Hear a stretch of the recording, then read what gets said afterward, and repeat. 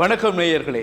இன்றிலிருந்து 7 நாட்களுக்கு நாட்டில் துக்கம் அனுஷ்டிக்கப்படும். அரசு அலுவல்கள் நடவடிக்கைகள் யாவும் இன்று ரத்து செய்யப்படுகின்றன. இன்று அரசு விடுமுறையாக்கப்படுகிறது. இந்தியாவின் முன்னாள் பிரதமர் மன்மோகன் சிங் காலமாக இருக்கின்றார். உலக அரசியல் அரங்கில் இது ஒரு சோகமான மிகவும் கவலைக்கிடமான செய்தியாக இருக்கிறது. மன்மோகன் சிங் பிரதமராக இருந்த கால பகுதியில் அவருடைய அயல் நாடுகள் மற்றும் சர்வதேச நாடுகளுடன் அவர் கொண்டிருந்த உறவுகள், இந்தியாவிற்கான வளர்ச்சி பாதையில் மன்மோகன் சிங் ஆற்றிய சேவைகள் எல்லாமுமே பேசப்படக்கூடியவை. தன்னுடைய 92 வயதில் அவர் உடல்நல குறைவு மற்றும் வயது மூப்பு காரணமாக உயிரிழந்திருக்கின்றார். டெல்லியில் உள்ள எய்ம்ஸ் மருத்துவமனையில் அவர் சிகிச்சை பெற்று வந்தார். சிகிச்சை பலனளிக்காமல் இறந்திருக்கின்றார்.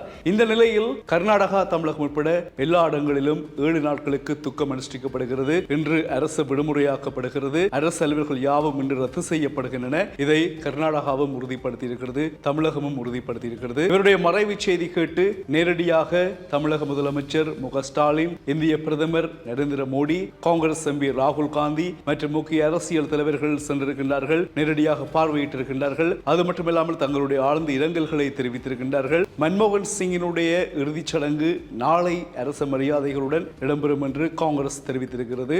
இவ்வாறு இந்தியாவையே ஒரு கவலைக்கிடமாக மாற்றிய செய்தியாக முன்னாள் பிரதமர் மன்மோகன் சிங்கினுடைய மரணம் காணப்படுகிறது. மன்மோகன் சிங்குக்கு பிறகுதான் இப்பொழுது இருக்கக்கூடிய பிரதமர் நரேந்திர மோடி. இவரும் மன்மோகன் சிங் போல் பலவிதமான, உங்களுக்கு தெரியும், அவருடைய செயற்பாடுகள் உலகளாவிய ரீதியில் எல்லோராலும் விரும்பப்படுகின்ற ஒரு பிரபலமாக மோடி அவர்கள் இருக்கின்றார். அதே போலதான் மன்மோகன் சிங் மிகவும் தன்னுடைய அரசியல் சாணக்கியத்தால், அரசியல் காய் நகர்த்தல்களால் பல வெற்றிகரமான சாதனைகளை இந்தியாவிற்கு செய்தவர். அதே போல சர்வதேச நாடுகளுடன் பாரிய உடன்படிக்கைகள், பெரிய பெரிய விடயங்கள் எல்லாம் மிக சுலபமாக சாதாரணமாக செய்து முடித்தவர் தான் மன்மோகன் சிங். அவருடைய வயது மூப்பும் உடல்நல குறைவும் இன்று இந்தியாவில் அவர் இறந்திருக்கின்றார் எய்ம்ஸ் மருத்துவமனையில். இந்த செய்தி உலக அரசியல் அரங்கில் ஒரு சோகமாக காணப்படுகிறது. பல சர்வதேச நாட்டினுடைய தலைவர்கள் மற்றும் பெரும் பெரும் அரசியல் புள்ளிகள் எல்லோருமே தங்களுடைய இரங்கல்களை மன்மோகன் சிங்கிற்கு தெரிவித்து வருகின்றார்கள். பெரும்பாலும் நாளை நேரடியாக பல உலக நாட்டு தலைவர்கள் இந்த இறுதிச் சடங்கிற்கு வரக்கூடும் என்று எதிர்பார்க்கப்படுகிறது. 7 நாட்களுக்கு துக்கம் என்றபடியினால் இந்தியாவில் சகல அரசு நடவடிக்கைகளும்